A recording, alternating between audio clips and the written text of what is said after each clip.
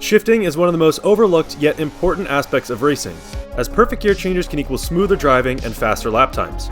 Shifting too early or too late doesn't seem like a big deal, but doing so multiple times over the course of a lap can definitely impact performance. Today, I'm going to cover the basics of shifting, as well as more advanced information that can help you improve your racing. For this video, we'll be focusing on F1 23, as F1 cars don't have traction control, so proper shifting is even more important. I'm going to break down this video into 5 main sections: the basics, downshifting and braking, short shifting, utilizing the longer gears, and finally, shifting and throttle control. Before we get into it, please leave a like or subscribe if this video helps you out. I would really appreciate it. Also, feel free to join my Discord, which is linked in the description. I have plenty of other F1 tips videos that'll help you get faster, and they're all compiled into a playlist on my channel, so definitely check that out after this video if you want to improve. Alright, let's go over the basics first. Similar to all the other assists on F1 23, by turning off the automatic transmission assist, you unlock more possibilities for control over your car. When controlling the gears manually, you can use specific gears for different reasons, including finding more grip, manipulating the performance through a corner, braking harder, and more. However, we'll get into those possibilities later. The basic function of shifting is obviously to work your way up through the gears and achieve a higher speed. If you aren't used to using a manual transmission, here's a quick guide. When it comes to manual shifting, the car actually tells you everything you need to know, and it does this with the shift lights. In other race cars, these lights can be on the dashboard, but in F1 cars, you see these lights on both the steering wheel and in your heads-up display. These lights form a line from left to right, left being the beginning of the gear and right being the end of the gear. The beginning lights are green, followed by red, and lastly purple. When accelerating, these lights will illuminate in that order. Once you get to the purple section, that's the more ideal place to shift. Ideally, you want to shift at the last couple of purple lights.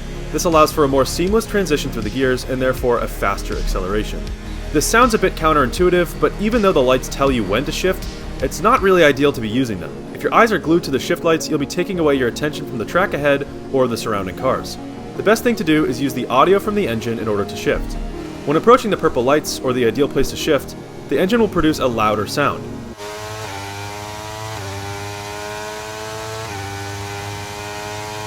When you hear this louder engine noise, that's generally when you should shift. It's much easier to use the audio when shifting because it allows you to keep your full attention on the track. Obviously, if you aren't used to this, it'll take some practice, but it's pretty essential to driving without the automatic transmission assist. As for the gears, they get longer and faster as you go. When exiting a slow corner and heading onto a straight, lower gears like first and second will be extremely short, and you'll have to shift very quickly from first to second to third and so on. The higher you get through the gears, the later you shift. From 6th to 7th to 8th, the gears are much longer and require more of a wait time before shifting.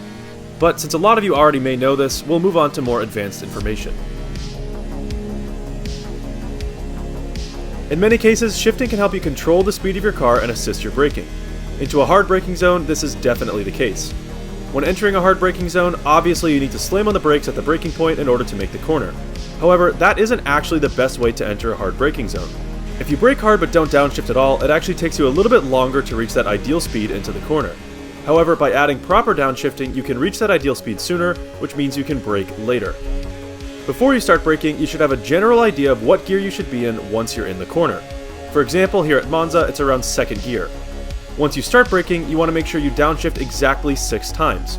Once the brakes are engaged and you're slowing down, start downshifting as you brake. This limits the RPMs and slows down your car even further while you brake. This is essential to a lot of hard braking zones as you can save a lot of time into each corner. Here's a look at a few examples.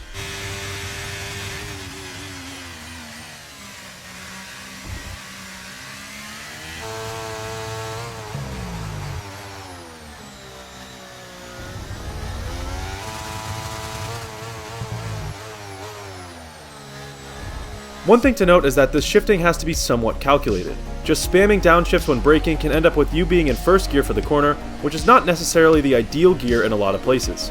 Sometimes first gear is ideal, but as a general baseline, second gear is most likely the best gear to be in once entering the corner. Another way to improve your racing using shifting is short shifting.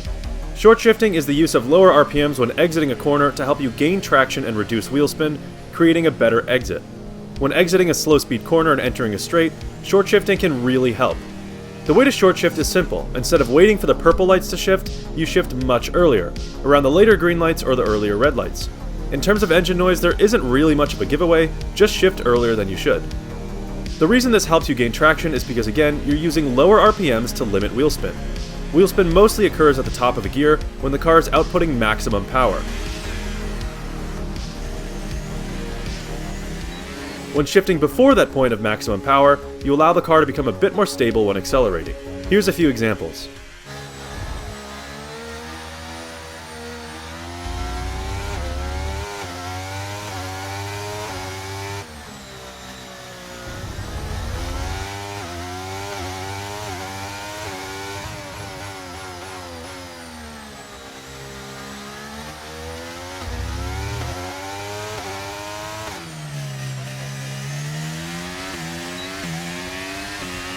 One important thing to note is that when short shifting in lower gears, you only want to do it until the car gains full grip.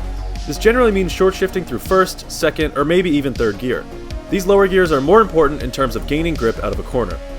Once you get into the higher gears, short shifting should definitely be avoided, as it limits your overall speed and transitions through the gears. This is a huge help for lots of corners, as it gives you more stability on the straights.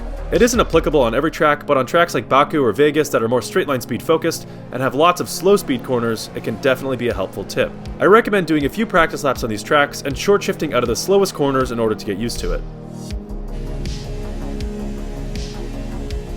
Another helpful advantage with manual shifting is that it allows you to manipulate the gears for more grip around a corner, not just on corner exit. When entering a longer, more sweeping corner, you can use a higher gear to maintain aerodynamic grip. In other words, simply using one gear higher than the ideal gear can allow you to input more throttle. For example, if a corner should technically be taken in 4th gear, but it's a sweeping, longer, medium speed corner, you can use 5th gear instead. By doing this, you limit the chances of instability at higher RPMs in 4th gear, and instead you can input more throttle in 5th gear. This allows you to keep the car stable and maintain grip, all while maintaining a solid speed through the corner. It's sort of like having more torque. It's not applicable in many cases, but it definitely helps with stability in these types of corners. Additionally, in a race setting where your tires are dying off and the grip is falling away, this method can definitely have an impact. To practice this, I recommend a track like Yas Marina, as it has these longer, sweeping corners. When entering a corner, simply shift down to one gear higher than the ideal gear. Let's take a look at an example.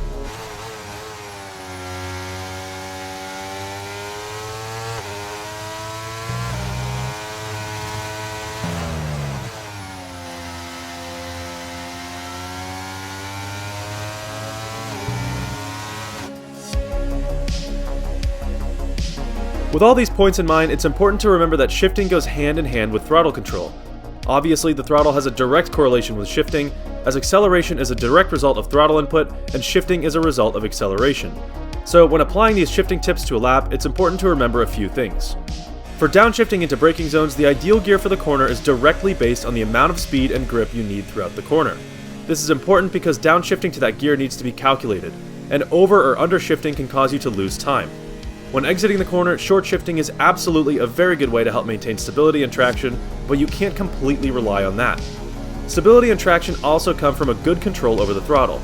Yes, short shifting can help keep the car from spinning out of the corners, but it's just as important to have precise control on the throttle.